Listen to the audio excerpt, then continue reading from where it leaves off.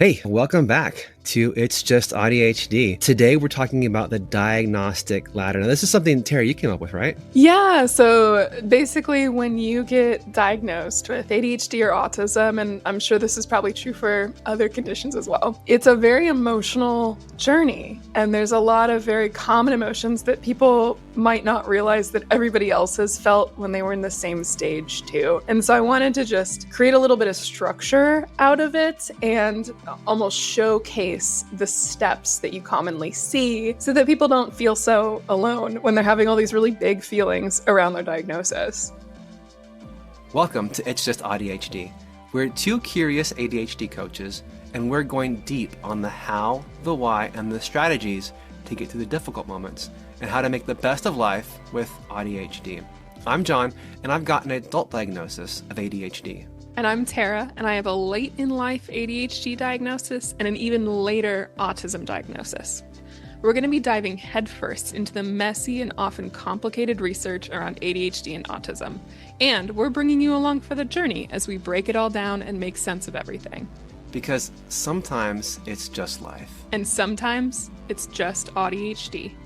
So before we begin, I just want to remind you that this podcast is for informational purposes only and should not be considered medical advice. It is not intended to replace professional medical care.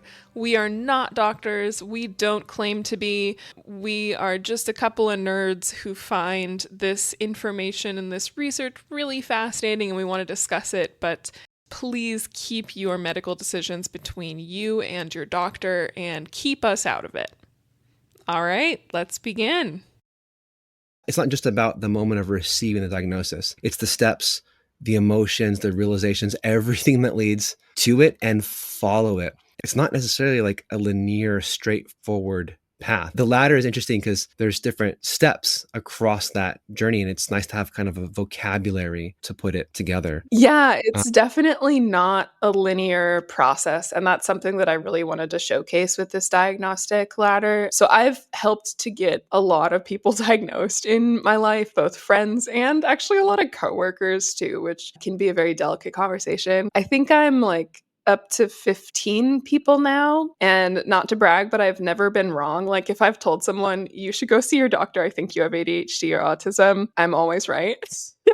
And so I've watched a lot of people go through this process. I think people who have these conditions kind of implicitly feel like they're different, but coming to terms with the fact that there might be a label and there's feelings of joy of like finally being able to put a name to it, but I think also feelings of grief for realizing that it wasn't just in their head, it's a thing and it's going to be a thing for the rest of their lives. There's also a huge imposter syndrome. Like if there was one thing that I hope people take away from this, it's that when you get the diagnosis and you feel imposter syndrome, join the other millions of us who've gotten diagnosed, because the imposter syndrome thing is so real. When you're like, was I really honest on those tests? Did I over exaggerate? Like, do I really have memory issues? And it's like, yes, you do. You lose your keys 15 times a day. Like, you're not over exaggerating. I think everybody is so concerned about co-opting a label that isn't theirs. Even when a medical professional tells you, like, yes,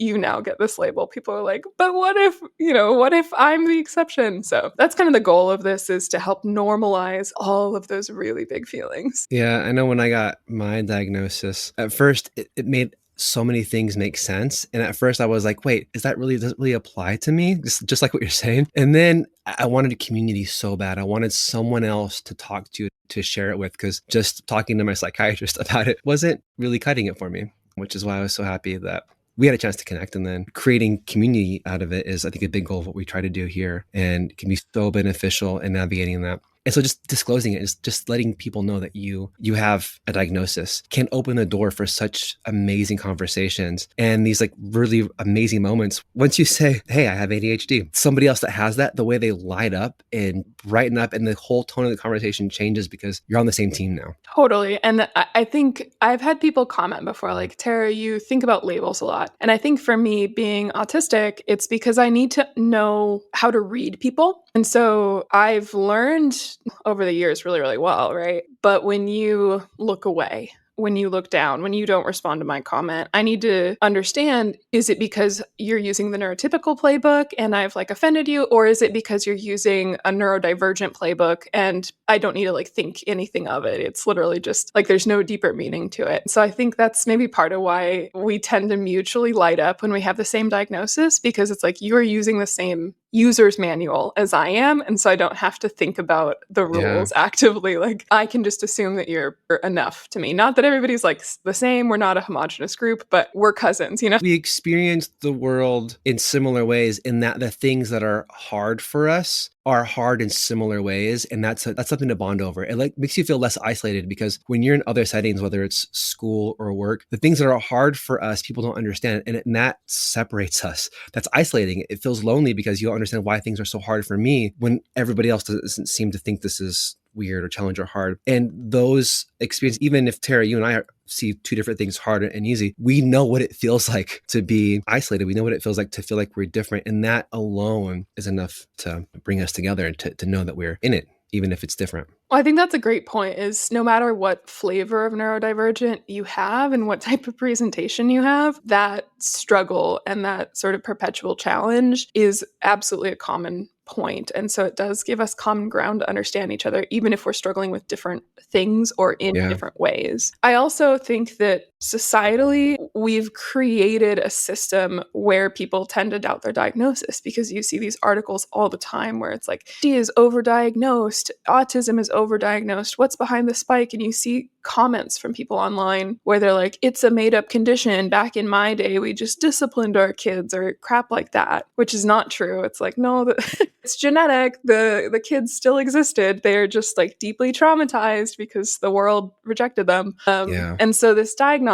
ladder is meant to combat that a little bit. And really interesting insight that I've seen a lot from the autistic community in particular, because the autistic community is very open to self-diagnosis, more so than ADHD, because the implications of getting an autism diagnosis are a little different. Like with ADHD, if you get the diagnosis, you now have access to medication. And so there's like a tangible benefit. But when you get an autism diagnosis, it's kind of like thumbs up. And there are real downsides. Like during COVID, sometimes they were denying ventilators to autistic people and stuff like that, which is disgusting. That's horrible. So there's actual downsides to consider when thinking about whether or not to get a diagnosis. So anyway, because there's not really like a medication for autism or something like that, there's not necessarily as much benefit. People are more open to self-diagnosis. And you see comments sometimes where people are like, well, what if someone is incorrectly self-diagnosing? And the responses that I've heard that I really love are, okay, first of all, if they feel autistic-ish and it's actually something else related, what's the harm? Like if it's in a similar family, but maybe not exactly autism, if they're still deriving benefit from that label, then that's great. Nobody's really being harmed by that. And the other point is that autism and ADHD and all these labels tend to have a stigma. I would say autism more so than ADHD. ADHD is almost taken too lightly, where people are like, oh, squirrel. And you're like, okay, but however, there are other things. But autism is really stigmatized, where people are like, oh, and they're terrified that their kids are going to be autistic and stuff. And so to have such profound feelings, isolated or feeling different or whatever, such that they would take on a label like that, there probably is something going on there. And they've done studies, we can link that in the description as well, that of people who self-diagnose, I think they found 80% of the time are correct. So there's a very, very high rate of accurate self-diagnosis. And so that's why the community is more accepting of it. And so you just have to think about that. Like if someone would take on a label like that's so stigmatized, people don't do that lightly. People don't, sure, some people do for attention. I think that's more rare than what the media would typically portray. Yeah. Okay. So let's get into it then. If we climb this diagnostic ladder, how much is here and how much do we have to discover? Yeah. So we're going to take you through every step in a minute here, but basically what you can expect is we're going to cover the whole journey. So from the very beginning, when you first hear about ADHD and autism and you're like, those are made up. I think a lot of people start from that place simply because of the way the media discusses these conditions. You slowly become more acclimated to the existence and the validity of these conditions. And I think by the very nature of you being on this podcast and like listening to it, you're probably not on the first rung. I would assume all of our listeners Fair, believe in ADHD and autism. fair assumption. But yeah, we'll take you through kind of integrating that information, getting to the point where you have the diagnosis, the feelings during the diagnosis, and then post-diagnosis, because it's not as simple as like, I get the diagnosis, the journey has ended. There's still a lot of big feelings on the other end. And I think for a lot of us, the journey doesn't necessarily ever end. You're always learning new info that can change your self-perception. Like I think for years and years and years following, you're going to hear things and be like, oh my gosh, that's an ADHD thing. Like, I would like to think that I know an awful lot about ADHD because I spend so many hours a day thinking about it and researching it. Every once in a while, we'll learn new things. Like, I think it was probably only a year ago that I learned that ADHD is connected with a lot of physical conditions like allergies, hypermobility, stuff like that, and that there are like actual genetic links. And so I think that will just continue on for the rest of your life sometimes, as you'll pick up these little tidbits and be like, your life will continue to make more sense as these little pieces slot into place. Absolutely. And anytime you come to terms with something or understanding something, I think it always starts from a place of denial or questioning or wondering, and then ends in a place of understanding, acceptance, and having the knowledge and awareness to be able to make it work for you and adapt rather than hiding it, being afraid of it, or not knowing why things are happening. Suddenly it becomes a very powerful way to take control of your life and what makes you different and find the things that work for you and make you stronger rather than constantly trying to adapt to a broken system. Absolutely. I think it's so funny. One of my friends who I got diagnosed, one night he told me like, oh, people told me that when I drink 10 cups of coffee, that's like not normal and that might be ADHD. Can you believe how ridiculous that is? And so in one night I took him from, that's ridiculous, that has nothing to do with ADHD, to like, you should talk to your doctor. And so I think about that, and I think everybody kind of goes through that journey of like, that's ridiculous. These traits apply to everyone. And then just that total perspective shift when you realize that these things that you thought were normal and that potentially your family thought was normal, because these are genetic, right? So like your household treats these behaviors and traits as normal. And then realizing that not everybody has that same worldview and that same experience as you. So obviously there's going to be a lot of emotions involved when you realize that your experience is different from everybody else. Absolutely. Well, let's get into it. Cool. All right. So the first step on the ladder is when you receive information about one of these conditions and you reject it. So think about if you see a video on TikTok and it's like, here are these 5 traits that are ADHD, and they list it out and you're like, that's not ADHD. Everybody does that. Like ADHD and autism are both kind of this composition of traits that exist within humans. And so in isolation,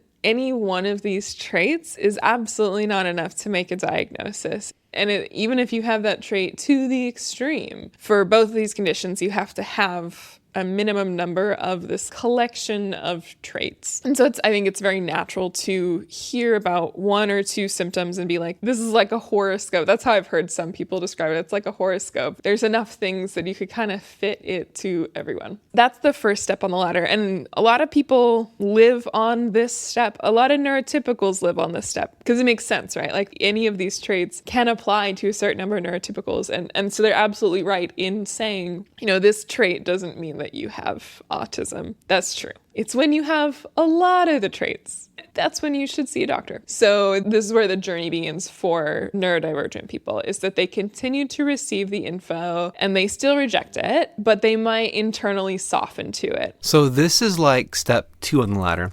And you start to think, okay, I've seen the videos, I've got the information, so it's possible that I've got this, but where do the labels fit in? Why would I go seek a diagnosis, and how is it going to help me? What's the purpose? So in step 2, you're softening, but you're not sure how the label helps you just yet.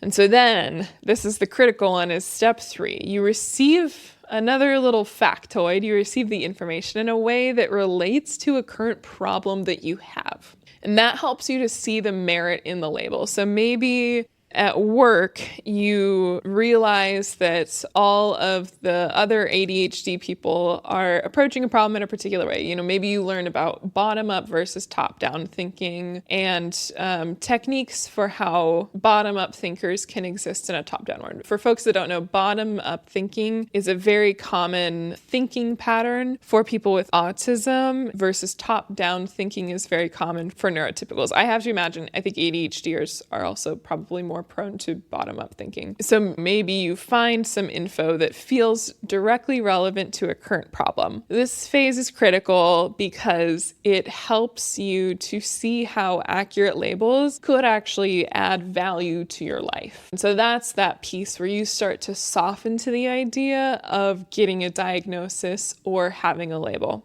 And so this is kind of the turning point. Up until this moment, you have just kind of had this information like thrust upon you. You've seen it online, you've seen it like on social media or in news, like the USA Today or like all those news companies will sometimes run pieces on what is ADHD, and they describe it in a very shallow way, such that I think a lot of people in that phase one are like, this applies to everybody. So at this point, now that you've seen the value of a label, you start to seek out info yourself. You've softened enough to the idea that you are now looking for information. You are doing research. You are talking to your doctor in trying to learn more about whether this information applies to you and whether this label applies to you. And then you conclude the label does apply. That's the next step. So for people who do pursue like the formal diagnosis route, this would be the point where your doctor confirms like, yep, you have it. Or for people who self-diagnose, this might look like you've done 100 hours of research and you are sufficiently convinced that these traits apply to you. So real quick, let's talk about the medical diagnosis versus the self-diagnosis. The difference between the two. So a lot of people don't think that self-diagnosis is valid. However, a lot of folks within the autistic community are pretty pro self-diagnosis. Why would that be the case? Well, with ADHD, the label itself does unlock certain things. So once you get diagnosed with ADHD, now you suddenly have access to medications. Like you can take a stimulant, things like that. With autism, once you get that label, it's congrats, good luck. There's no medication, there's no treatment. It is what it is. You're autistic and you're gonna live your life autistic. And so that kind of gives you a hint, first of all, why a lot of autistic folks may not go down the formal diagnosis pathway with a doctor. Now, a lot of folks do. A lot of folks are like, it is worth it to just know conclusively whether or not this applies. But for some folks, it's like, why would I pay money to feel more confident in a thing that already feels like it fits? Because I've done a lot of research. And that's also pretty valid. There's also a lot of barriers. It can be hard to find a person who can do the diagnosis. I know in Europe and like in the UK in particular, the wait list to get a diagnosis through the public medical system is like 7 years unless you go private. And in the US, it's equally quite hard to find people who are specialized enough to be able to do a diagnosis in adults. There's a lot of barriers there. It costs a lot of money and you don't really get anything once, except for a congratulations, once you do get that diagnosis. So, why would you go the medical route? I think, in my opinion, they're both totally valid. There's kind of this misconception that people see a TikTok video and they're like, I have autism now. And like, that is not a thing. Like, I'm sure a couple people have done that, but by and large, if you are autistic and you suspect that, you do a lot of research. We're talking like hundreds of hours of research before you come to that conclusion. Because I think a lot of autistic people are very uncomfortable with applying a label before they feel very confident that it fits. So, if your friend says, hey, I did a lot of research, I'm autistic, they are not kidding. They probably did an awful lot of research. And there are studies that show that I think like 80% of people who suspect they have autism through self-diagnosis are in fact correct. There's not this epidemic of people just like applying the label to themselves. You also don't get anything out of that. Autism in particular is quite stigmatized. And so by co-opting this autism label, it's going to make life hard in a number of ways. Like there's not a huge motivation there to come out publicly and say that you're autistic when you're not. Okay, so you are diagnosed, whether that's through your own research or through a doctor. There's a lot of big feelings that people will often feel in this space. So first of all, a lot of people feel a huge relief because it explains so much of their life. I know that was true for me. And when you get the diagnosis that fits, it's a great explanation for all the experiences you've had up to this point. But it could also be accompanied by a lot of grief. There's a kind of grieving for the self you didn't know. And this happens more often with late diagnosis in adults, because when you get that diagnosis as an adult, you have an identity about yourself and how your behavior fits into that identity, whether that's positive or negative. And you might look at those traits as part of who you are. And so there is just this grieving of like, I'm a different person than my prior perception. And then there's also a grieving of the self that can never exist. You're born with ADHD or autism and you're dying with ADHD or autism. Like, they don't go away. And so I think there's kind of this grieving process as well of like, I'm never gonna not be a person with ADHD or autism. I'm never not going to be a person with these neurodevelopmental conditions. And so that's just a big pill for folks to swallow, and just a huge shift in your sense of identity. There's also, for some folks, a lot of anger that you weren't spotted before, especially late diagnoses. I know I felt that personally, because it's like, how did nobody notice? How different would my life have been if I had supports as a kid with these conditions? So that kind of brings you to the point of like, there are a number of parents who will sometimes be like, why would I get my kid diagnosed? What does this help with? And frankly, I would say it helps with their sense of self. Like, even if functionally they're not receiving medication or they're not receiving anything else, like just knowing that you're different is helpful. Like, if you get bullied, for example, almost all of us were bullied growing up if you're neurodivergent. And it can help to know why. Like, you know you're different. You know that you don't fit in with your peers perfectly. But there's almost this sense of blame when you don't have a reason to ascribe it to. Like, it's like, I'm getting bullied because something about me. And it's hard to explain this because it's not you in a moral failing. It's a neurodevelopmental condition. And so it takes away the blame. And it can really help with those more negative labels like lazy or unmotivated, because whether or not it changes the outcome of whether or not you complete a project or how much motivation you have or how you apply yourself, it's really nice to know that it's not your fault.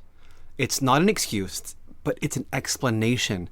And it can really help with your sense of self-esteem, to understand why these things are happening. And once you know that, you can start to tailor some strategies for how to address it, how to solve it. So there's a lot of anger that you didn't have that gift of being able to understand yourself earlier, and that you may have come up with a lot of like negative perceptions of yourself before. And then another feeling that comes up for folks is recontextualization. And so once you receive the diagnosis, you start to have this flood of memories from the past. And that might be like a little small mundane situations that you would never have thought about, but you start to reconsider them through the lens of autism or ADHD, whatever the diagnosis you have is.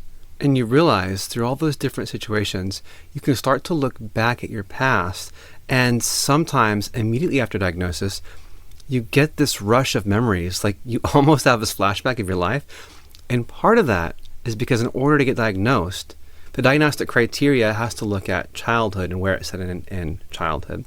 So a lot of times they'll ask for examples from your childhood, and with the ADHD test, they'll ask for input even from your parents, which might be kind of ironic in some ways because it's genetic. So a lot of times your parents will have it, and they might not always be the most reliable narrators because they themselves will likely have ADHD or autism, whether or not they know it. So basically, you're being asked these questions about your childhood, and you start to think about it, and you get this lens of these situations that may or may not have been troubling. I remember I had this one memory come back about when I was in preschool. They had a little like computer lab where they would walk kids over and they would get to like practice, or I think it was a science lab, or I don't know. There was another building where they would teach a different topic. And so I was in the bathroom and they left without me. They forgot me. Most kids would freak out and panic, but I did not. There were these Legos that nobody would ever share them with me because I didn't fit in with my peers. You know, starting at like 3 years old, it's harder to fit in with your peers. And so I was just excited because I got to play with those little Legos that I had never gotten to play with before. And so the teachers, in hindsight, were like, wow, she's such a well-behaved kid. And I'm like, no, actually, that was just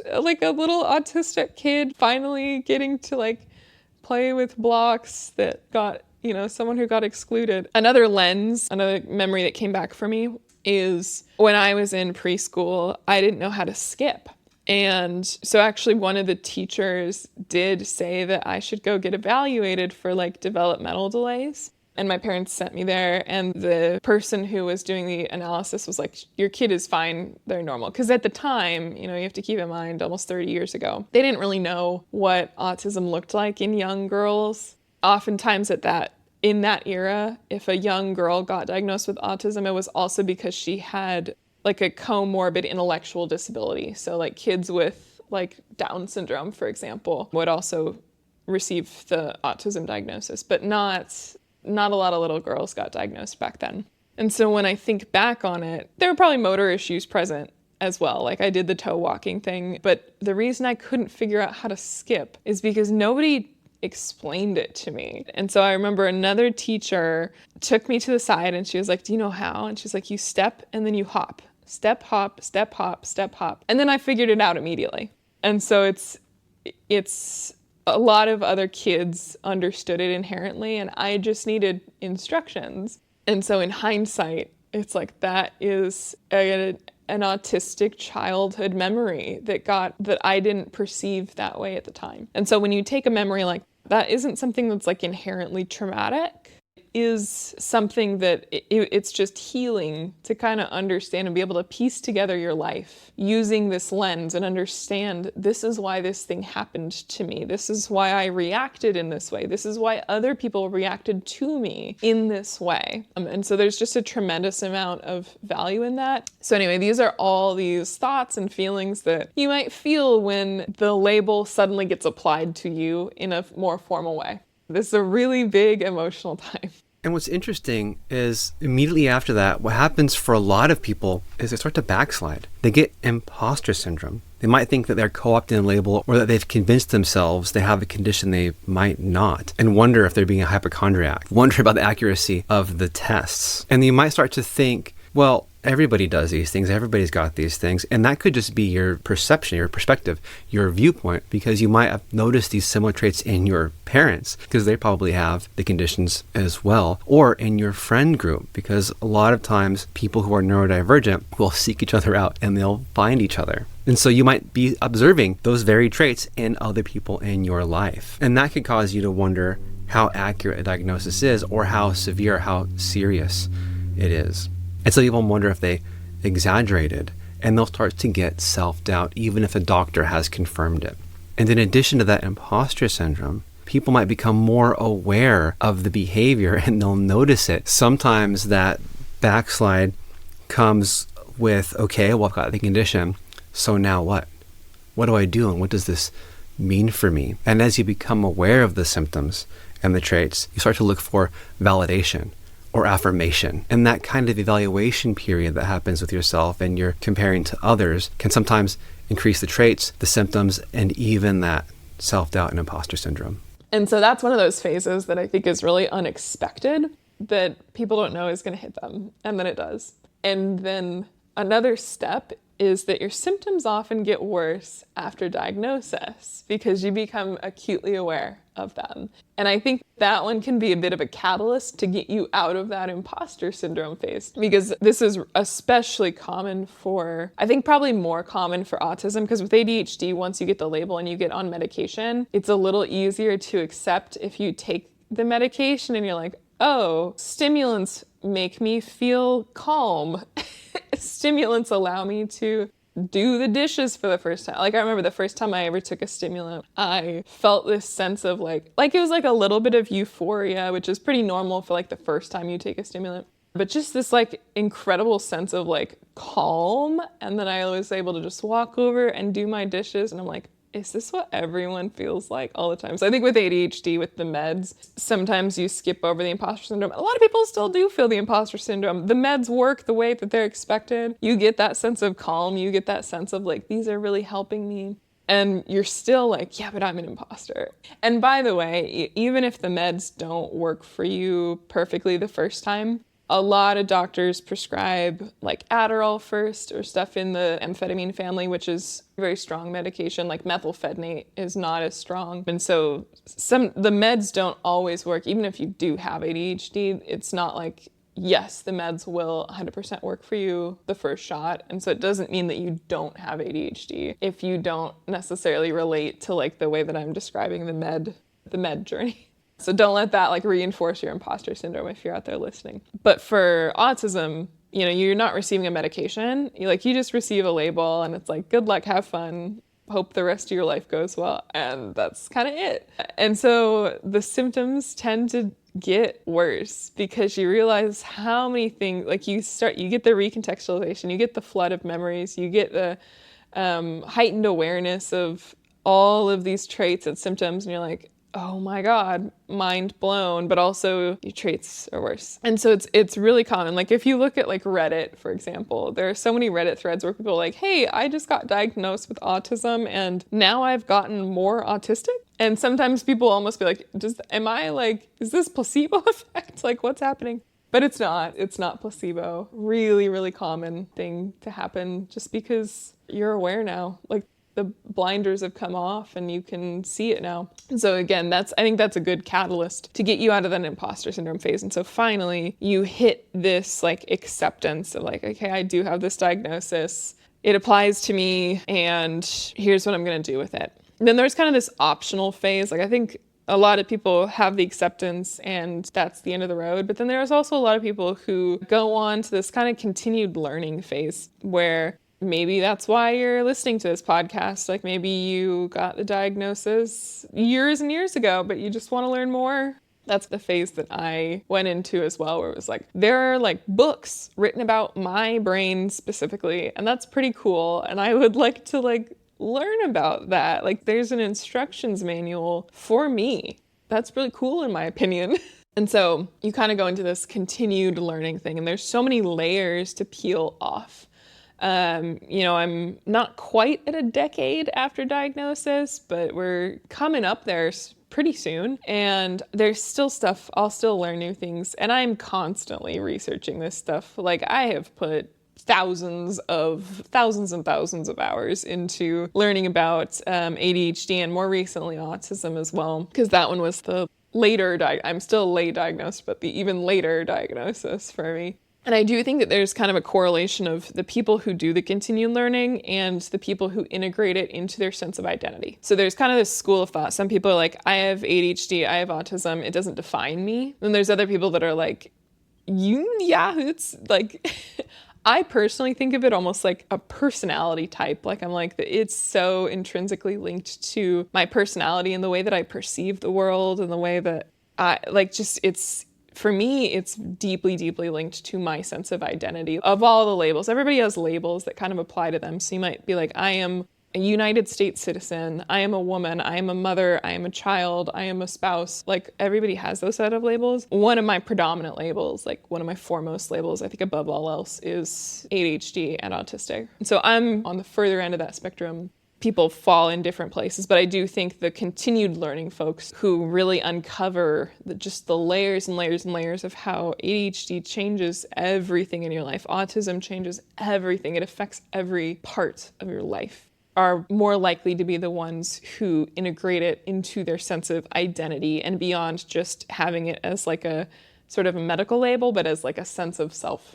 So that's kind of that like possible last step. How does this ladder help? Well, I think it's helpful because to know where people are on that ladder. And I think this ladder isn't exclusively for people getting diagnosis. It's also for the people around them. So when you think about like a parent, they take their kid to the doctor. The doctor says, hey, I really think this kid needs to get like tested for ADHD. Sometimes you'll see parents lash out about that. They get really upset and they go, my kid doesn't have ADHD. They're just a normal kid who procrastinates a lot and doesn't have a lot of friends in school, and they daydream, but they are really able to like stay up all night and play video games. So that's how I know they can focus. They're capable of it. And my kid doesn't eat certain foods, and like the list goes on and on. And they're like, but they're not ADHD. They're just a normal kid. Those are normal kid things. It's like, yeah, a couple of those are normal kid things. But in aggregate, all of those all together in the same kid, we're getting suspicious now. Like that's kind of suspicious zone.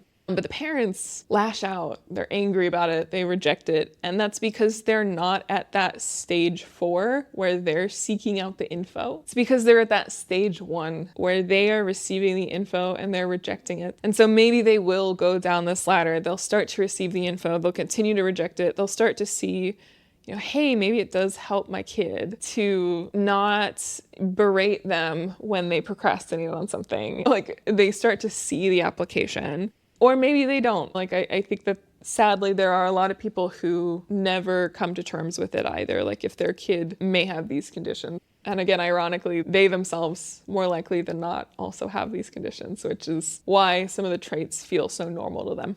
But ideally, hopefully, they go down the rungs on this ladder and get to that stage 4 where they are the ones seeking out the information instead of having the info thrust upon them. And that's how we get to the place where people can get accurate diagnoses for their kids and help their kids. And I also think friends and family, even as a late diagnosed person, friends and family, those first couple of rungs apply to them. Like if, when I went to my friends and family, I'm like, hey, I'm autistic. Everybody was like, that absolutely not. Like you don't come off as autistic. You've always been very sociable. You do well in crowds. You do well with people, stuff like that. And part of that is because we do have this like Sheldon Cooper stereotype of what autism looks like. But they themselves needed to go down this ladder. And so, they'll ask, well, what makes you think that? And I list a couple traits and they're like, those aren't autism. Or like in the case of their family, those aren't autism. I do those too. You're like, I have news for you. It's like, again, like we said, in and of itself, that trait in isolation, not autism. In aggregate, that's more autism. When you take all these traits together, that's when it does cross over. And so they have to get to the point where they've heard enough traits and seen enough traits to where they might start to educate themselves. Their mind has to soften to it. And then they maybe will like Google an article or like read something that you sent or whatever, up until they get to the point where they accept that you do in fact have it. And they probably go through their own process of changing. Your identity has changed, and they have to then change the way that they perceive you as well. And hopefully in a happy world, their perception changes a bit and they can accommodate you better. Like they might be like, oh, like one of the big things for me, I hate bars and dancing and stuff like that. With loud bars, I get really like overwhelmed. My brain just shuts off.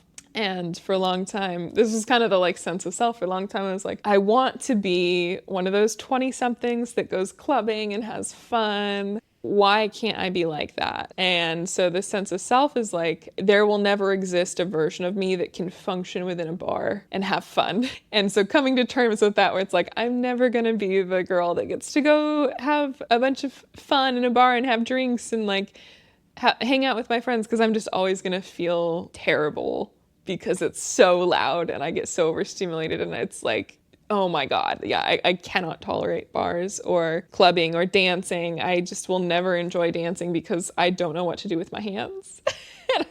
I'm fine if someone like gives me instructions, like if, like dance lessons are fine. Freestyle dancing in a club, horrible. And so what I was getting to is, when my friends then integrate that part of me into their sense of who I am, then they can better accommodate me. So they'll realize if I'm in a bar and I'm clammed up, like they've taken me to a bar, it's not a matter of me being introverted and needing to be like coaxed out and like encouraged. It's literally just like, nope, this like, it's not gonna happen. There's not a world where I'm gonna be able to function well and have fun. And so they have to kind of come to terms with that as well. So I think that they kind of go through this process too. If this described your journey, we would love to hear it. If you're currently in one of these stages, would love to hear about that. Or if it didn't, I would love to hear how your journey was different. We love to hear stories from the community, and I think it's good for all of us to kind of gain a better understanding of these shared experiences. So please do share with us. Thank you so much for joining us. I hope that you had as much fun as we did. And John, tell us what's in store for next week. Thanks, Tara. Join us next time when we talk about some of the terrible research that's gone into how the broader population understands autism. We try to make sense if people with autism can resist killing kittens and what it says about the society we live in. Hope to see you there.